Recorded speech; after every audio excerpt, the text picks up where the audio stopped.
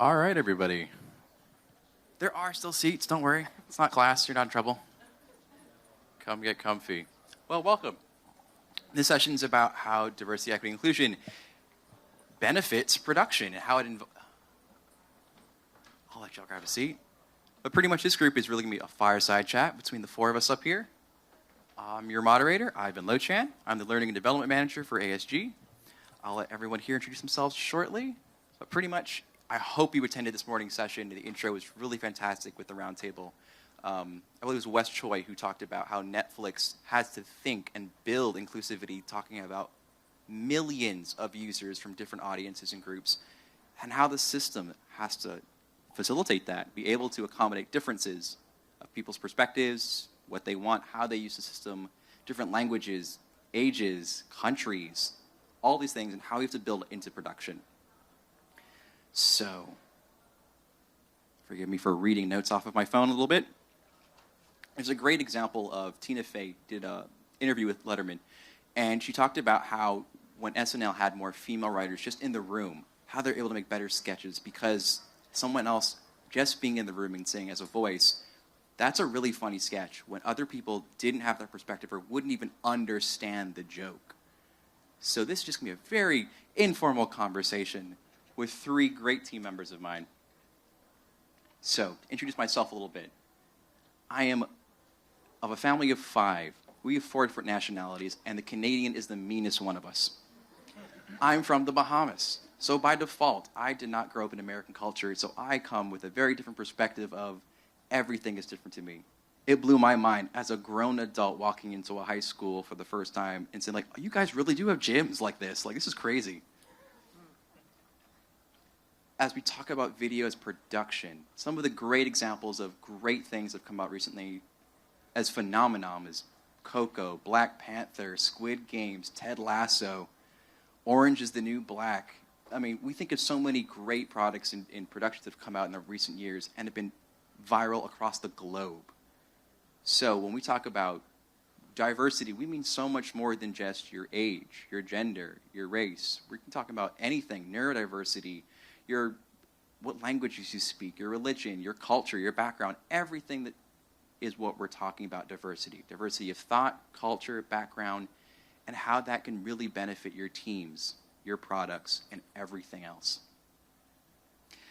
I have to laugh because looking a little bit before here, that in the past few years, we've seen so many companies since 2020 put out diversity statements of, oh, we include so many different people, we have these stances, this is what we believe, and how it's part of our culture. The Motion Picture Association has one. The 5 big movie studios have them. The 5 big TV networks have them. All 5 of them. Think about that for a minute. But what does it actually mean when your products, your teams, how diverse are they? How do they benefit from different perspectives in the room? So without further ado, since I've talked enough, I will start going from this end all the way there, coming this way closer. We have Timmy Lodhi, we have Iris Valdez, we have Marie Tubbs. I've got clap for them, they're great.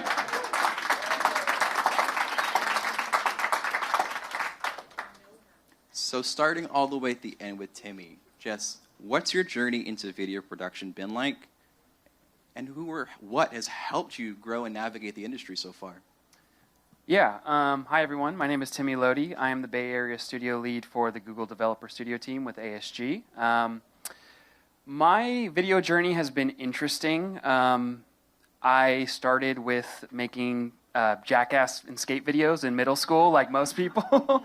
And, you know, I joined this program called Art Quest in high school, which focused on different segments of arts. So there was like visual fine arts, which is painting, drawing. There was theater, there was production, which focused on video. And I actually started in VFA because I wanted to be an artist, drawing and painting. But I found that the critique process was not open and accepting to different ideas that weren't sort of what they had in mind for art. So I said, well, the video class seems really easy, and the teacher seems like he lets people cut class, so yeah, I'll join that one. But what's funny is when I joined that class, I actually went every day, and me and my friends just made tons of videos. And we made parody videos, we made music videos, we made all sorts of stuff, just whatever we wanted to make without any rules being imposed on us. And then from there, it was just kind of a lifelong journey. I play music. I played in a band that toured for quite a long time. I bought my first DSLR before I did my first US tour, and I just captured everything. And when I came back, I made a music video for my band, and a record label reached out to us and asked if they could pay me to put the music video out. And that was the first time that I thought, oh, this is actually something that I can make a career out of. Like, you can get paid for doing something that you love, and that never crossed my mind. So from there, it was just making music videos, making little commercials for businesses. I ended up starting a small production company with a friend called Dog Film Studios, where we did a lot of nonprofit work. We did a little bit of tech work, and I actually, through a connection, sort of landed at Google Developer Studio doing some freelance stuff. So that was sort of my entry into where I am now. And being on the Google Developer Studio team, I mean, that's like a whole nother level of going from something that was sort of a small hobby, something that I enjoyed doing, to literally becoming a career and a lifelong achievement of mine. So since then, I've been able to accomplish things that I just never thought were possible, because I always set the bar low for myself, and it wasn't until joining a bigger team, meeting certain people, that that bar was able to raise, and I saw that there were more possibilities. So now I'm here talking on a panel. Yeah. I love that. Iris? Hello, everyone. My name is Iris, and I'm the event producer for ASG as well. And I've actually been lucky to work with Timmy for a couple events, so very happy to be amongst friends here on the panel. My journey, I would say, is a little unorthodox, but I'll keep it quite short. I really am impressed by your journey, Timmy. It's really inspiring. And I'd say that my journey kind of goes in with a little bit of DEI, and I like to challenge myself and step out of my comfort zone. And that's kind of what I did when I started working in sports. And I started off as a control room technician. Granted, I fell in love with just being on the back end of production when I was interning for Comcast Sportsnet, when it originally was Comcast Sportsnet. And that's, I thought I was going to be an on-air person, being an ex-theater person, and just fell in love with the production aspect on the back end. So that's when I started checking out my local sports teams and seeing how I can get my foot in the door there. And that's really how I did it. I started off being on the promotions team and then expressed interest on work in the control room, and was very lucky with my peers to guide me and really work with me in my skills and how I can actually like maneuver into the control room. So that was about 7+ years ago. And I kind of worked my way up through the control room in sports, went into some corporate, and now I find myself here with the amazing team that I do. I see a lot of you familiar faces in there. I really do appreciate that. Yeah, and how I got there was really through the support of my peers and just me trying to step out of my comfort zone, I would say. I'll keep it short and sweet for you. All right. Hello, everybody. I'm Marie Tubbs, and I work with the ASG team at Google, and we are a managed service offering live event support for Google. And I would say that my experience into the production world kind of matched a little bit both of what Timmy and Iris went through. I used to make a lot of videos just for fun, really. I grew up playing ice hockey, and so every year I would do a team video, and that really got me inspired and into the industry. Fast forward, I went to school and thought I wanted to become a graphic designer, and then I got a video job out of college with the San Jose Sharks, and that really kicked off. But the biggest thing that I think is that you have to find something to connect to. You have to find where your niche is. Find if you like to do a lot of things, then that's okay, but try to make sure that you're doing something that you really feel good about, because that's when you're going to produce your best work. So that's kind of what drew me up through my career, really working in sports and then going into corporate. And just I've spent time on the production operations side, I've spent time on the engineering side, and now I'm doing some management, and they all have different challenges, right? So find what you can connect with, and I think that's going to be what really gets you into your career and what gets you successful, and what's going to I guess in the DEI space, think about what is it that you're providing for the people that you are hiring? What kind of support are you giving them? And I know I'm going a little bit off topic, but I wanted to get into that DEI space of think about what it was like to go in through your careers, and what can you offer to the people that are coming up below you, I guess. So. No, that's great. I love how you touched on each of you kind of organically experimented with hobbies and things that this is something I can just stumble into and learn from it. I laugh how you touched on, not seeing this or seeing something caught your eye. Growing up in the Bahamas, the closest thing that I could relate to growing up and seeing on TV was Sebastian the Crab from Little Mermaid. I mean, not a whole lot, but we are getting closer to it. Thinking kind of like that of, what does diversity mean to you? What does equity and inclusion mean to you? How would you say your teams benefit and navigate that as you all work on very large teams with very complex projects? I'll start with Iris. Eye contact. Just kidding, Ivan. Thank you. I'd say right now we're in a figuring out stage. Coming down to the realness of like the state of the world that we're in right now. Lots of things are changing. Lots of people are changing, and the way we worked and maneuver through things are adapting as well. So I'm kind of going to sideways answer your question. I'm not going to answer it entirely, but basically, I think that you try and when you're trying to, I'm completely spaced. I'm sorry, you guys. You guys look so great. You're making me very nervous. Will you repeat that question for me one more time? Sure. How do you navigate, benefit, collaborate with such diverse teams of thought, backgrounds, experience even? It's coming back to me. Thank you, Ivan. So everything's ever changing. And I think that really the biggest thing is being able to be flexible, being able to have those hard conversations with your peers and your managers, and being on that other side, them being able to provide that space for you.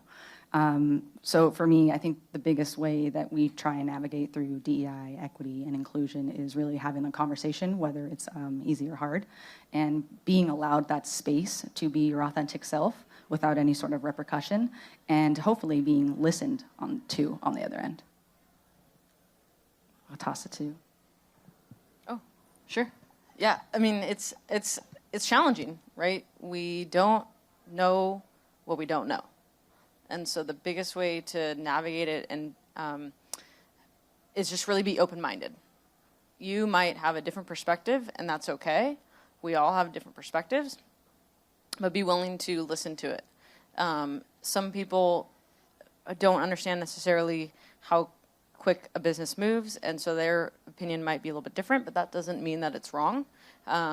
So it's more like coming into a room, thinking about what everybody has to bring to the table based on their experiences in their life, and how can we benefit from that? How can we take a little bit of each thing and put it together and make it work successfully? We have a ton of very experienced people on our team, and they're everywhere, right? And that doesn't matter if you have really experienced people and less experienced people. Everybody has something to bring to the table, and so just being open-minded, thinking about what they might be bringing to the table would be the best way to think about it, really.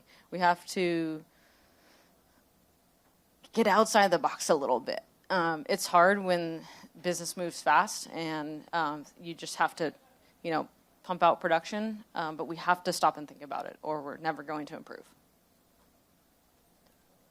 Yeah, I mean, I would agree with Marie. Like, it's a challenge. It is hard. It doesn't come naturally to most of us, maybe. But yeah, you do kind of have to take a step back and maybe think, okay, so like this might be the best way forward if this is the goal that we're trying to reach. But if you want to be more inclusive, then there might be another route to go about it, or another way to look at this. I think it's personally about like dropping the ego a little bit sometimes. I think people can be stuck in their ways about how to approach a certain thing, but it doesn't mean it's the right way, right? So it's important to hear out your peers, be inclusive, try to get a good group of people that have different backgrounds, different experiences, get them together and workshop things. Try to expand that circle a little bit, because I think the best idea might not always be the right idea, but you never know that say it's a piece of content or some video that you put out is going to affect a whole group or a whole audience that you never imagined it would reach or affect, because you were doing things in a very specific way. So thinking outside the box, I think, is huge, and also just rethinking your workflows a little bit so that they're not so stuck in older habits or old ways, I guess. I also would probably add, and this is, I'm looking around the room and I see familiar faces, but finding a mentor that understands your perspective and leaning on your mentors to share what you have to say.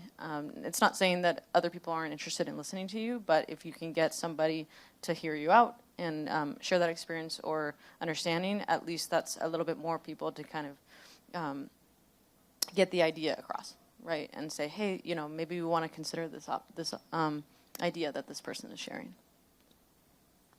I love that, because there's something, your earlier thought and kind of connecting with Timmy's of, what resources and structures are there to facilitate some of these conversations or mentoring or programs, period, that can help with bringing people together, different ideas of how you do it, what we do it, how we communicate, and all these different things.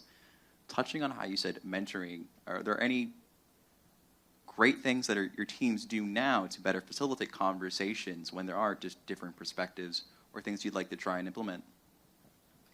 Yeah, I mean, one of the things that we're working on within our team is trying to create a mentorship group, right? Giving a safe space for people to understand and learn so that they can get out of their comfort zone without feeling anxious about it.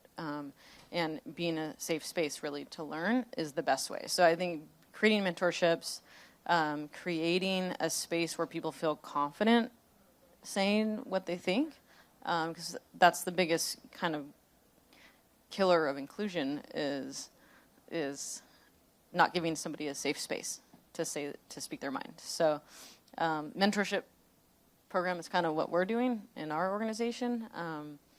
But I'm not sure if, Timmy, you have anything else that your team is working on?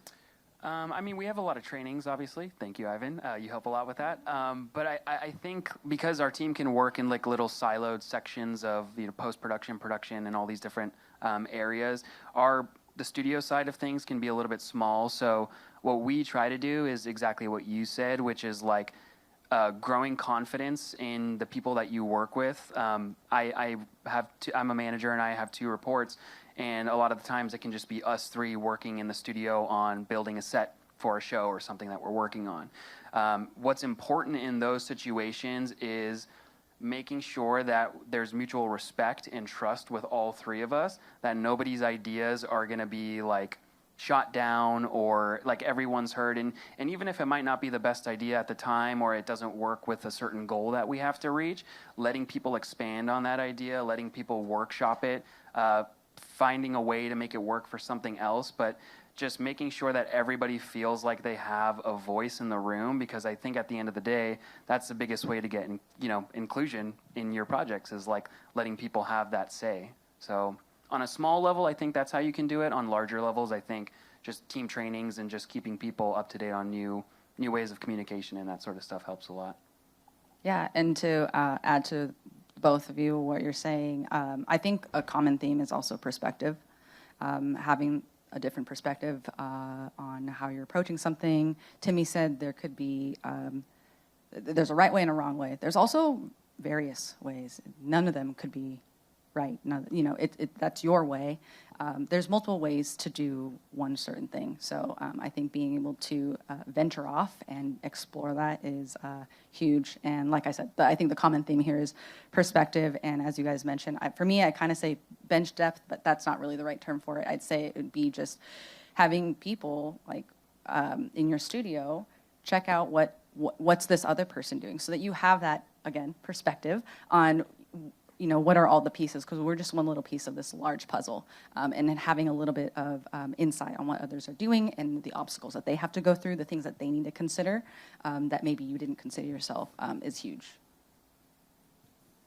I love that, Iris.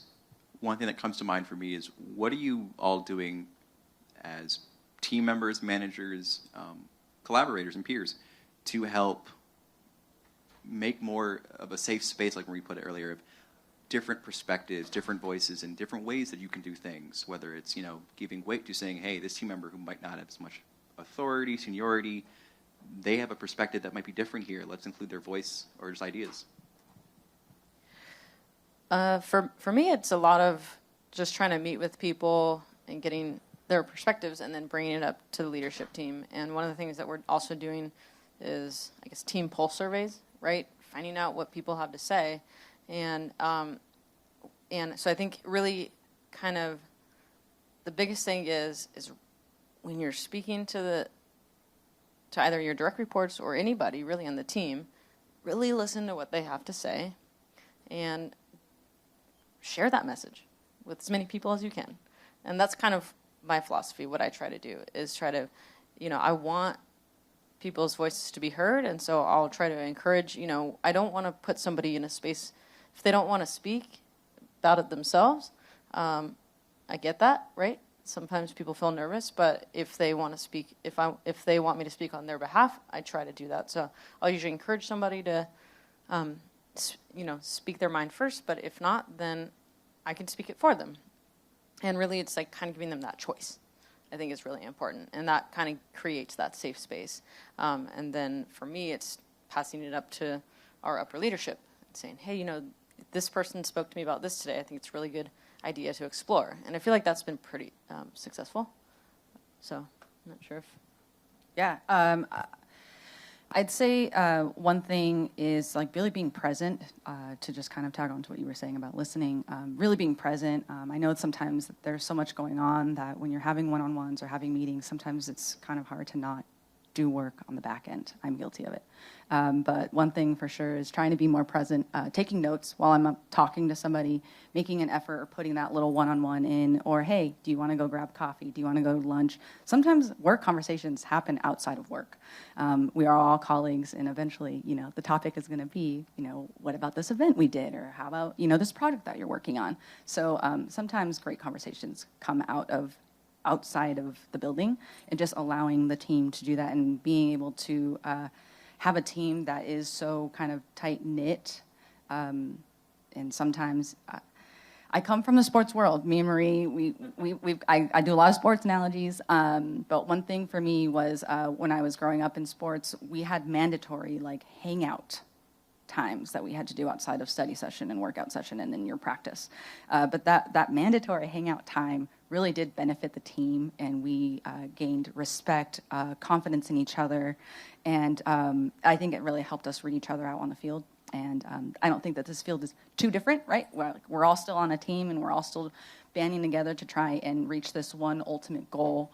So I think that goal is always changing. So having this consistent conversation, whether it's in a meeting, on a Google Meet call, or at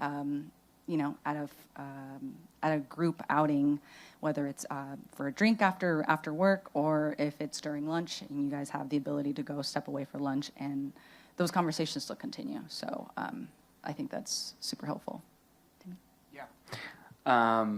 I will say that I feel like my communication skills have improved drastically since becoming a manager, and also just like my empathetic listening skills. I think being empathetic to people's situations, obviously everyone has a lot going on outside of work, and so every day you can't expect perfection from people. You have to be able to understand that your job is your job, and there's life outside of it. And one-on-ones have been huge for me. It's a good time for me to hang out and just give feedback, but also ask for feedback. I've actually made it a part of one-on-ones to leave 10 minutes aside just for my report to give me any feedback on what I could be doing better and how I can support them.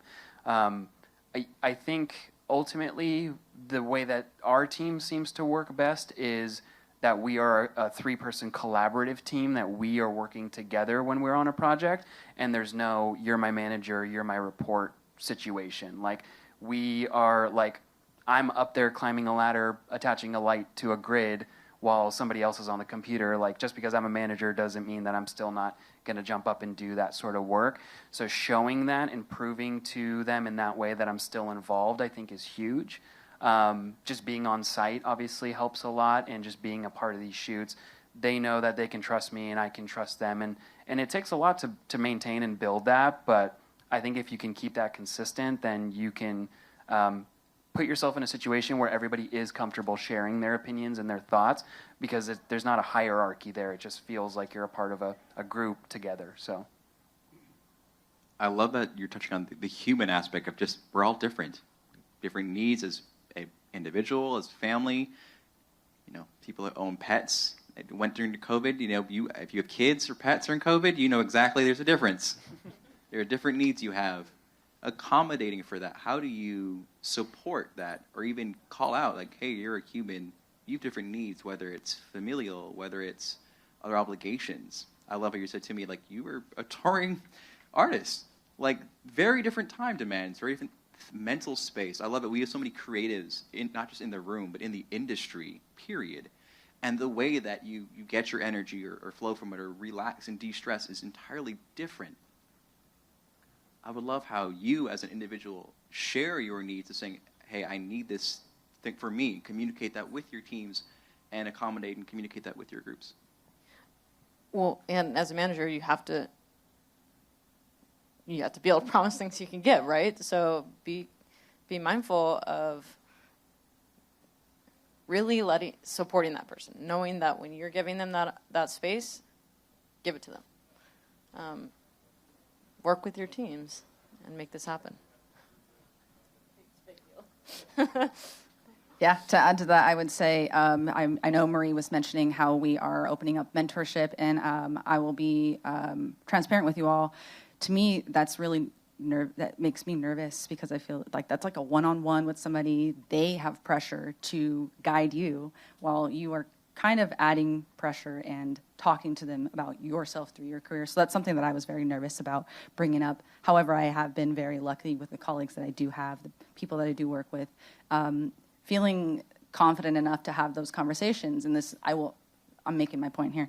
I think that goes hand in hand with, those conversations out. It's really fascinating, like you said, we have so many creatives, to hear what people do outside of work. And then also understanding that part makes them a little bit more, I guess, human, if you will. But it creates that tie between us. And now I understand, like, wow, Timmy's showing up to work at 8 a.m. and getting ready to do his projects after he just had, a show last night, or had to work on, editing. Just having that kind of, knowing that about you, I think helps also and reflects in the work corporate life as well. Yeah. So that's what I had to add to Marie's point. I have one more piece, not related to the question that you asked, but just something that I want to say here, is that we have to get underrepresented groups in early, right? For me, diversity is about getting more women in technology, right? Because that's near and dear to my heart. There's not as many women in engineering as we need, and I know that's just one piece of production. But we need to get them in early. We need to get them seeing that there's other people in the space that look like them, or that share the same experiences as them. And that's for any underrepresented group, really, in the entire industry. We need to get people interested in understanding that there's a safe space for them in production. Can I plus one that? I know we have a little bit of time, but I grew up watching Bollywood movies, so I just felt like everybody looked like me, right? And then so obviously real life came, and I was like, oh, okay, so this is very different from what I used to.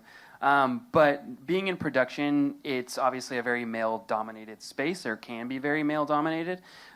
What's cool about having multiple different perspectives behind the scenes, not just in front of the camera potentially, is that like we work with somebody named Jenna Poole. She's amazing, and she has brought so much different perspective to something that we as male in our studio team might not otherwise see, and it's totally recalibrated a lot of the ways that we think about production and how we do things. She's looking out for things with a talent that we might not notice because we're just not used to it, and so we're learning from her a lot. So just behind the scenes, it is very helpful, and it just teaches us a whole new like way about going about production that we're used to. So just want to shout that out as well. I appreciate that, and I know we've got 5 seconds left, so really quick, one line from you. What do you think that not just the people in the room here, but the industry at large should take away from this? One line? One line. I've probably said it a million times today, but keep an open mind and try to understand other people's perspectives, because you don't necessarily know. This is not a one-liner. Other people's perspectives are important. I'd say honesty works best. I'm going to repeat something that I heard earlier today in the panel, and it was leadership is preparing your team for what's coming so that they can understand and see how they can best engage. That's the first thing that popped to mind when you said, give us a one-liner. It's 2 lines, sorry. Yeah, I think that's really huge in just perspective. Make sure that you're listening to people and really giving them that time. If not, that's kind of time wasted for you and for them. I know that we're over time, but thank you all so much. Give them a round of applause.